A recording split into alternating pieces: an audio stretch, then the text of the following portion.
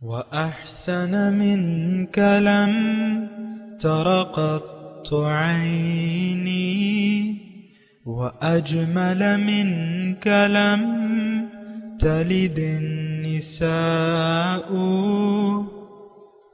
خلقت مبرأ من كل عيب خلقت مبرأ من كل عيب كأنك قد خلقت كما تشاء كتاب أنزلناه إليك مبارك ليدبروا آياته وليتذكر أولو الألباب. یہ کتاب برکت والی ہے جسے ہم نے آپ کی طرف نازل فرمایا ہے تاکہ دانش مند لوگ اس کی آیتوں میں غور و فکر کریں اور نصیحت حاصل کریں. اللہم صلی علی سیدنا محمد وعلی آل سیدنا محمد بعدد کل ذرۃ مئۃ الف الف مرۃ. سامعین و ناظرین کرام، السلام علیکم ورحمۃ اللہ وبرکاتہ. سامعین کرام، سورہ طٰہٰ تمہیدی مضامین بیان ہو رہے ہیں. سامعین کرام، آج تمہید کا دوسرا حصہ بیان ہوگا اور اس میں ایک ہی موضوع ہے، وہ یہ ہے کہ کیا ہمارا نفس ہمیں دربار الہی تک پہنچا سکتا ہے. اس کے ساتھ ہی سامعین کرام آج کے سبق کا آغاز کرتے ہیں. سب سے پہلے گزشتہ سبق کا آموختہ ہوگا. بسم اللہ الرحمن الرحیم. اللہ کے نام سے شروع جو نہایت مہربان ہمیشہ رحم فرمانے والا ہے. طٰہٰ. طٰہٰ حقیقی معنی اللہ اور رسول صلی اللہ علیہ وآلہ وسلم ہی بہتر جانتے ہیں. ما انزلنا علیک القرآن لتشقى. اے محبوب مکرم، ہم نے آپ پر قرآن اس لیے نازل نہیں فرمایا کہ آپ مشقت میں پڑ جائیں، الا تذکرۃ لمن یخشی.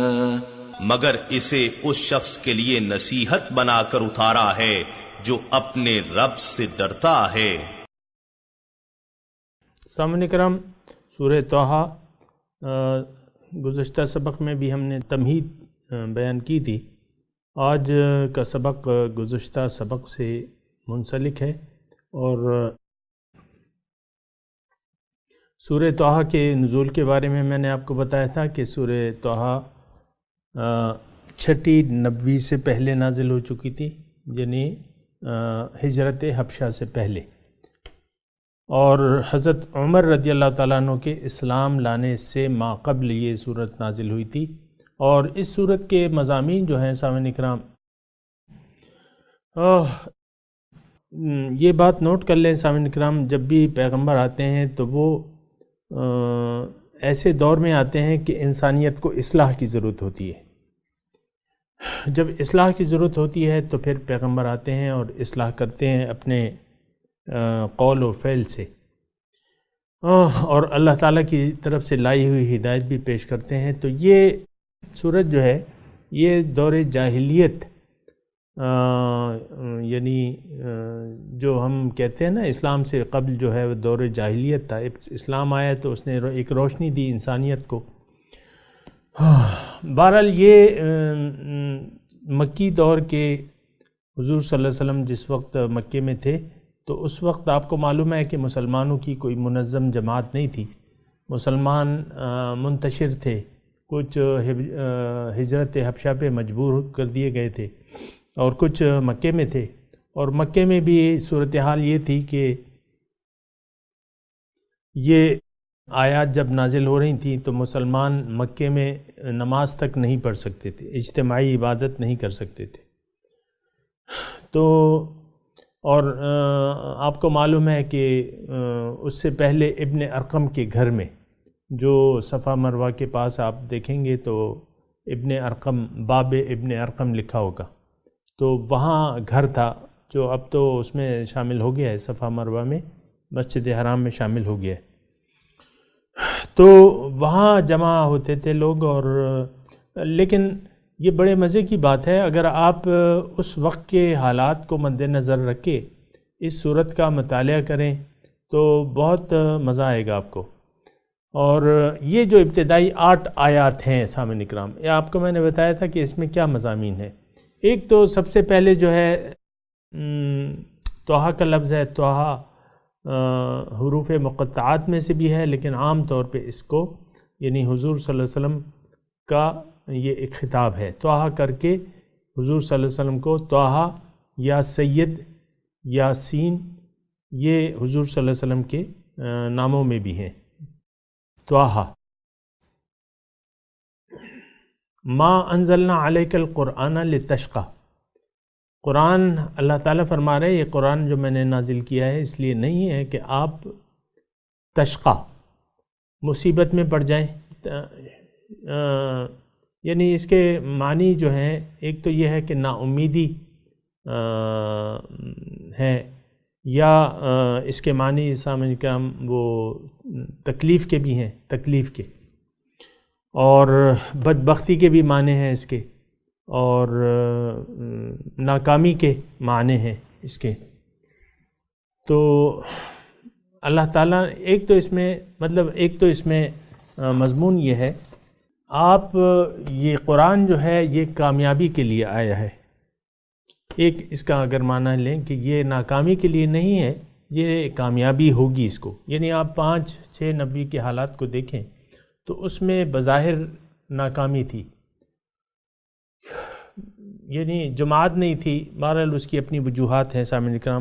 بظاہر مشرکین مکہ جو ہے وہ زوراور تھے، وہ بظاہر غالب نظر آ رہے تھے، اور حالات ایسے بنے ہوئے تھے سامعین کرام کہ مسلمان بظاہر دبے ہوئے تھے اور کافروں کا بظاہر غلبہ تھا۔ لیکن اللہ تعالیٰ کو تو سب علم ہے سامعین کرام، سب معلومات ہیں۔ دوسری بات یہ ہے، ایک بات نوٹ کر لیں کہ قرآن اور صاحب قرآن یہ غالب ہوں گے، مغلوب نہیں ہوں گے۔ یعنی قرآن غلبے کے لیے آیا ہے، قرآن غالب ہوگا۔ القرآن یعلو ولا یعلی علیہ، قرآن غالب ہوگا، اس پر کوئی غالب نہیں آ سکتا۔ اور کیسے آ سکتا ہے کہ یہ اللہ کا کلام ہے، تو قرآن اور صاحب قرآن اگر وہ شرائط کے ساتھ ہوں تو وہ غالب ہوں گے۔ اور یہاں ایک امید دلائی جا رہی ہے مسلمانوں کو کہ دیکھو یہ قرآن جو ہے اس میں تم کامیاب ہوگے، اس کے پیغام میں، اور یہ قرآن جو ہے یہ تمہیں کامیابی دلائے گا۔ یہ کامیابی والی چیز ہے، یہ اس لیے نہیں آیا کہ تم ناکامیاب ہو جاؤ، تم کامیاب ہوگے۔ دوسری بات یہ ہے کہ آپ ما انزلنا علیک القرآن لتشقی، کہ آپ یعنی مصیبت میں پڑ جائیں۔ مصیبت میں اس لحاظ سے کہ آپ کوئی نہ مانے تو آپ اس کے پیچھے پڑ کے اس کو زبردستی یا خواہ اس کو ایک آدمی ہدایت قبول نہ کرنا چاہے اور آپ کوشش کریں، یعنی اس لیے نہیں ہے، قرآن کا یہ مقصد نہیں ہے۔ قرآن ان الا تذکرۃ، یہ ایک نصیحت ہے، یہ قرآن جو ہے یہ ایک نصیحت ہے لمن یخشی، جو ڈرے۔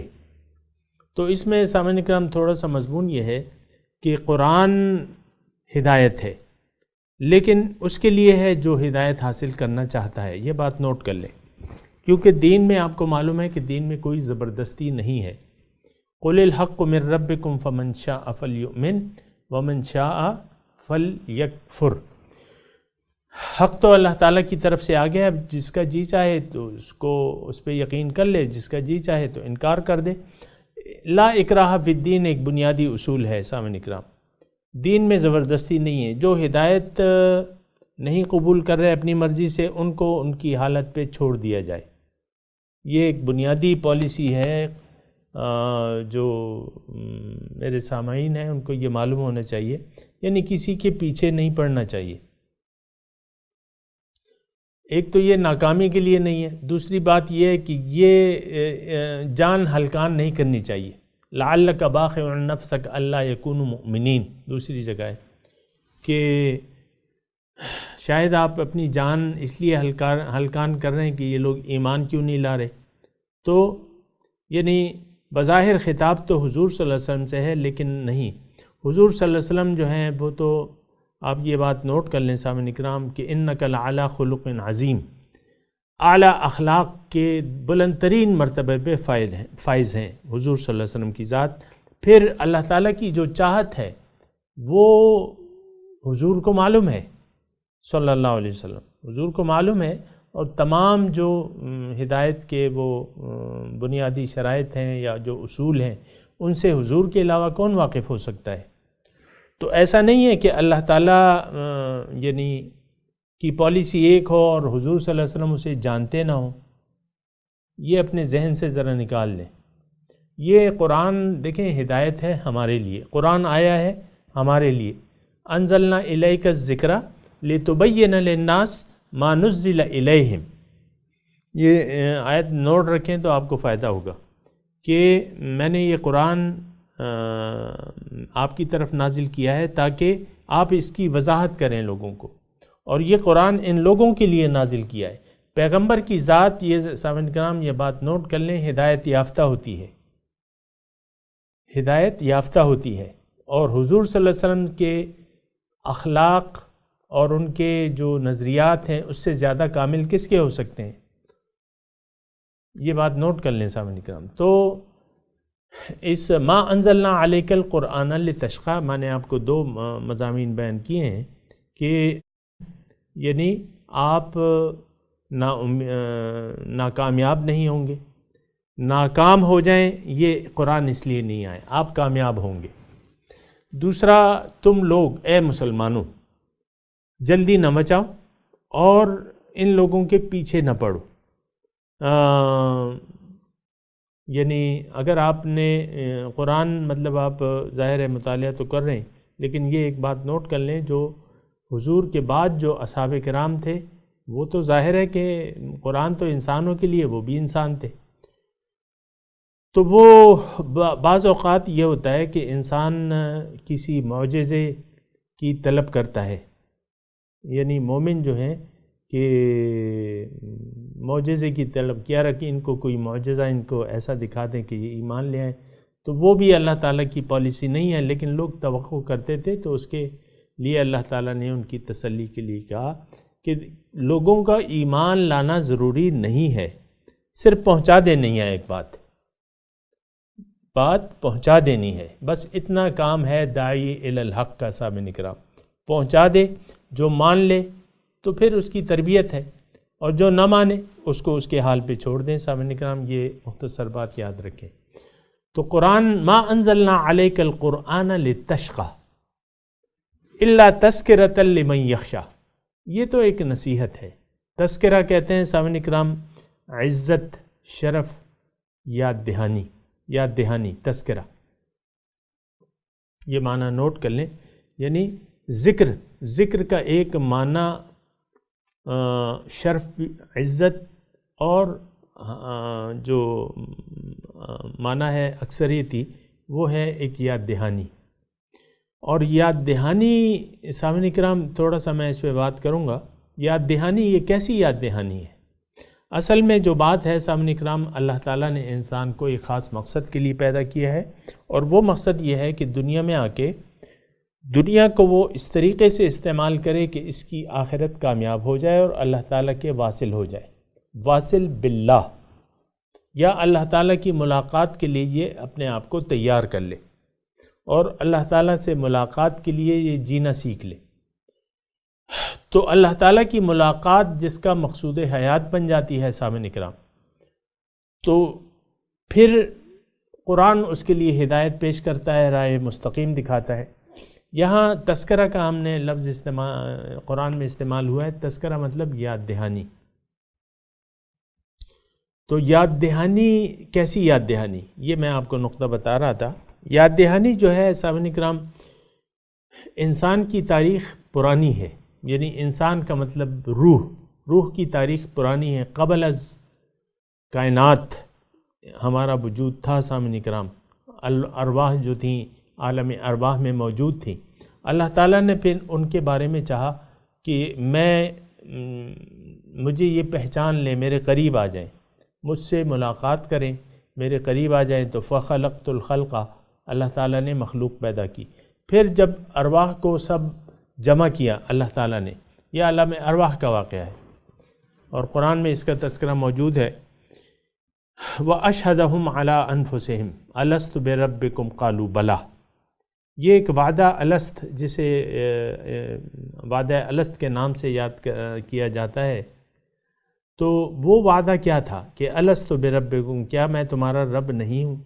رب کے معنی میں یہاں سامعین اکرام نوٹ کر لیں، رب کا معنی مطلب یہ ہے کہ پروردگار، ایک پالنے والا، پھر مقصد، محبوب، مقصود، محبوب اور مطلوب، یہ یعنی وہ ہے، یہ معنی ہے رب کا، اس میں شامل ہے، یعنی رب کے معنی میں مقصود و مطلوب و معبود اور مطلوب شامل ہیں سامعین اکرام۔ تو اچھا، اب وہ وعدہ جو ہے سب ارواح نے کہا قالوا بلا، سب ارواح نے اقرار کیا اللہ تعالیٰ کی ربوبیت کا۔ اب جب دنیا میں انسان آ جاتا ہے تو سامعین اکرام روح مغلوب ہو جاتی ہے، جسم غالب ہو جاتا ہے۔ میں آپ کو یہ بتا رہا ہوں کہ یاد دہانی کی ضرورت کیا ہے اور یاد دہانی کس چیز کی ہے۔ دو باتیں میں ابھی آپ کو بتائیں نا کہ یاد دہانی ہے کیا چیز، کس چیز کی یاد دہانی کی ہے اور اس کی ضرورت کیا ہے۔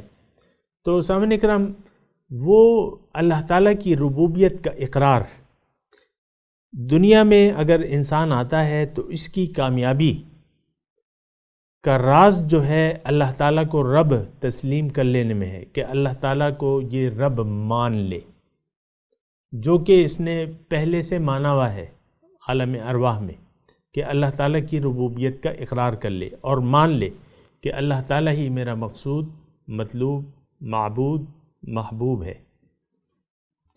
یہ مان لے۔ یہ رب کے معنی ہے سامعین کرام، یہ جدا نہیں ہے، یہ سب ایک ہی معنی ہے سامعین کرام رب کا۔ یہاں انسان کی کامیابی اس میں ہے، میں دوبارہ عرض کر رہا ہوں، یاد دہانی کیا چیز ہے، اس کی ضرورت کیا ہے اور اس کی اہمیت کیا ہے۔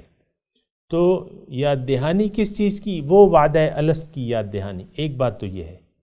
اب یہاں انسان آ جاتا ہے سامعین کرام تو ظاہر ہے کہ روح مغلوب ہو جاتی ہے، جسم غالب آ جاتا ہے روح پہ، جسم جیسے کہ ابھی ہے، یعنی میں جو آپ کے سامنے ہوں تو میں تو ظاہر میں تو میرا ظاہری جسم ہے، لیکن آپ میرے باطن کو نہ دیکھ سکتے ہیں نہ محسوس کر سکتے ہیں، لیکن حقیقت میں تو میں ایک روح ہوں سامعین کرام۔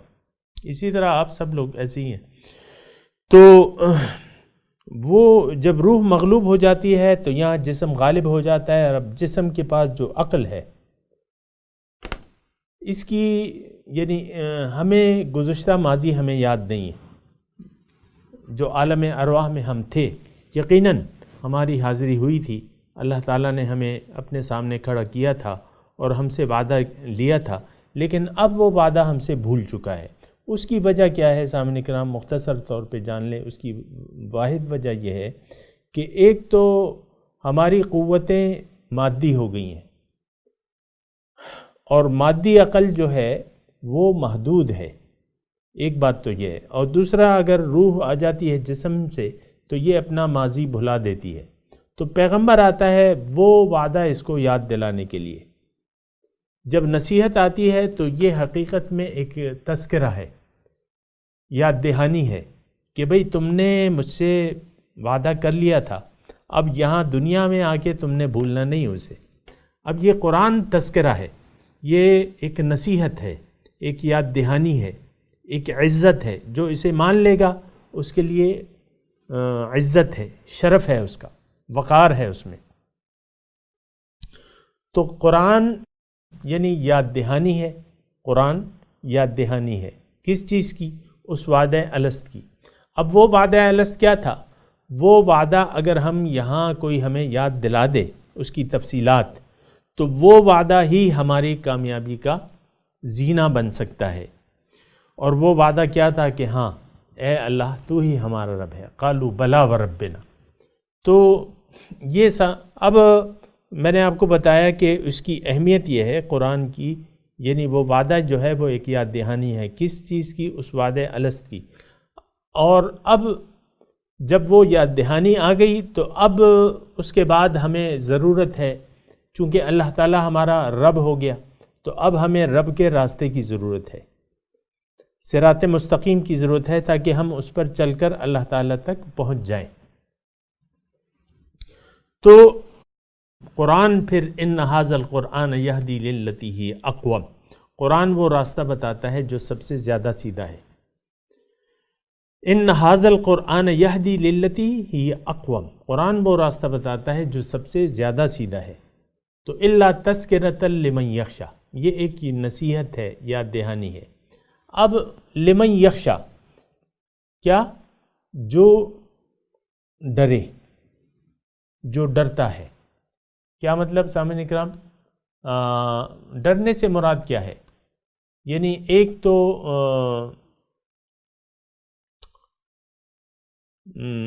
دیکھیں دنیا ایک سفر ہے سامعین اکرام، دنیا کیا ہے؟ ایک سفر ہے، ہمارے سفر کی ایک منزل ہے، ہمیں اللہ تعالیٰ نے ایک خاص مقصد کے لیے اوپر آسمان سے اتارا ہے اور اس عالم مادیات میں بھجوایا ہے۔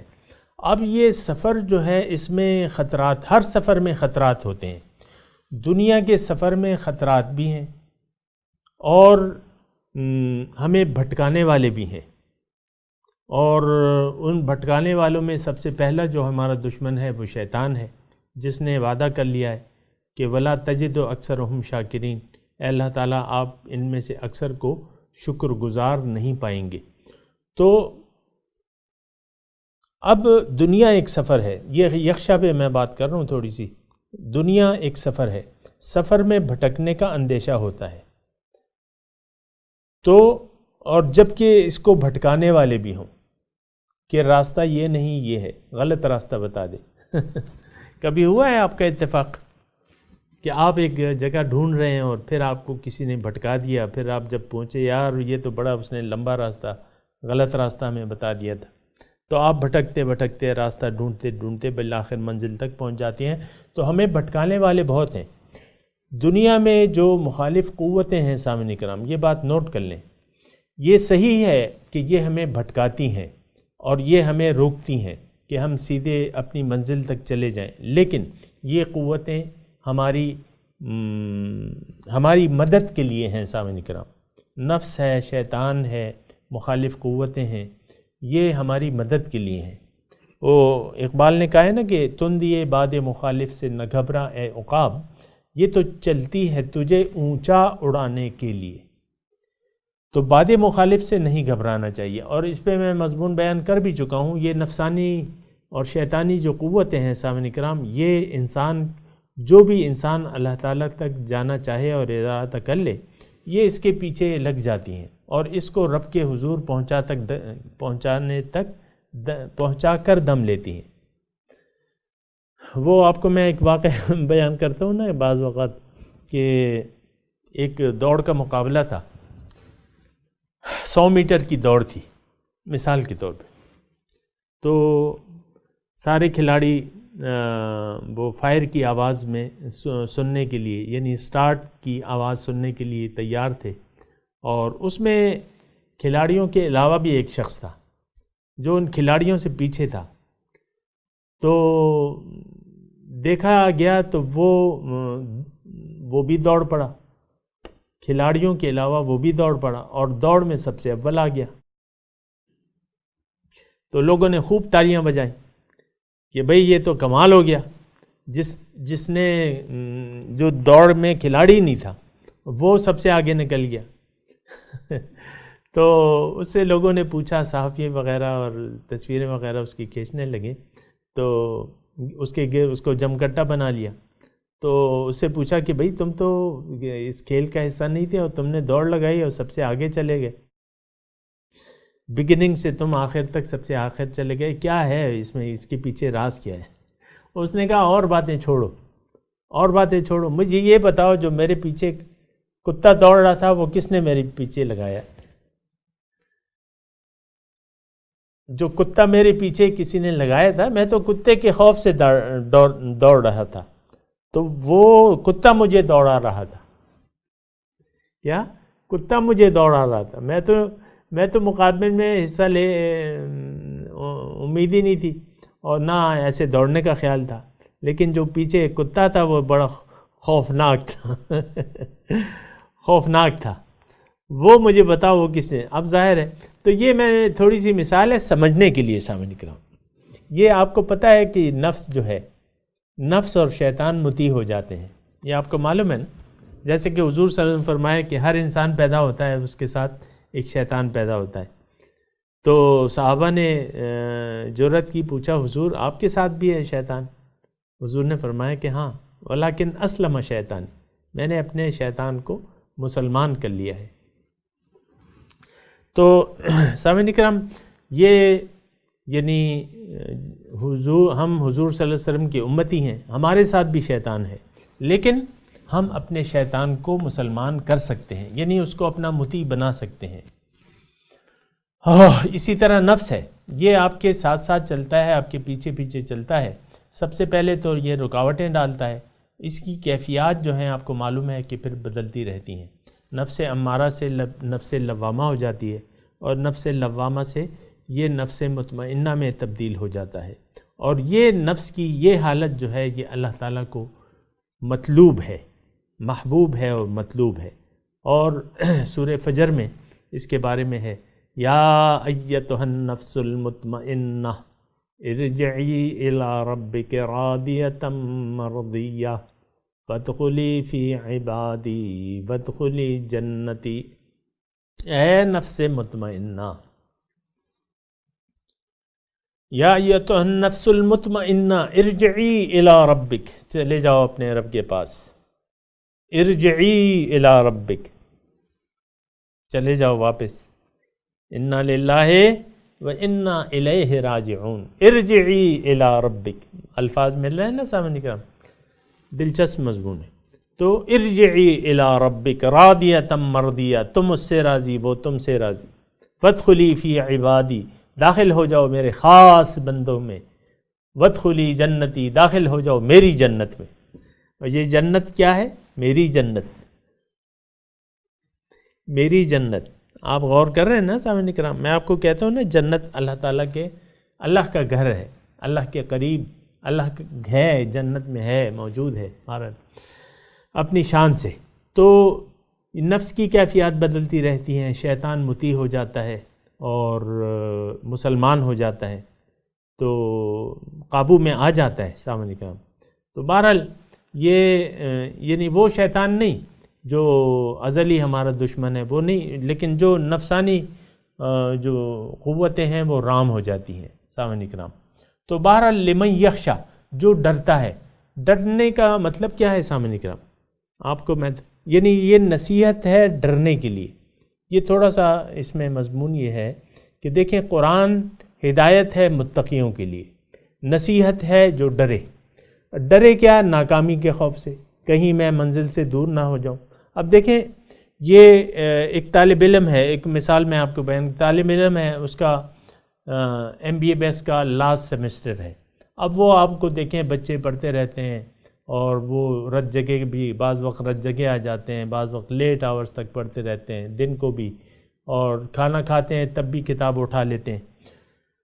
تو ان کو تھوڑا سا خوف ہوتا ہے کہ یار میں نے اتنے پیسے لگا دیے، اتنا وقت گزار لیا، اب میں آخری سیمسٹر میں کم نمبر لے لوں تو مجھے تو پھر یا فیل ہو جاؤں، تو وہ اس کے لیے پھر یہ ڈر ہوتا ہے۔ یہ انسان آیا ہے کامیابی کے لیے سامنے کرام، بنیادی طور پہ یہ بات نوٹ کر لیں کہ انسان کامیابی کے لیے آئے، ناکامی کے لیے نہیں آیا دنیا میں۔ اللہ تعالیٰ ان کو اونچے درجات تک پہنچانا چاہتا ہے۔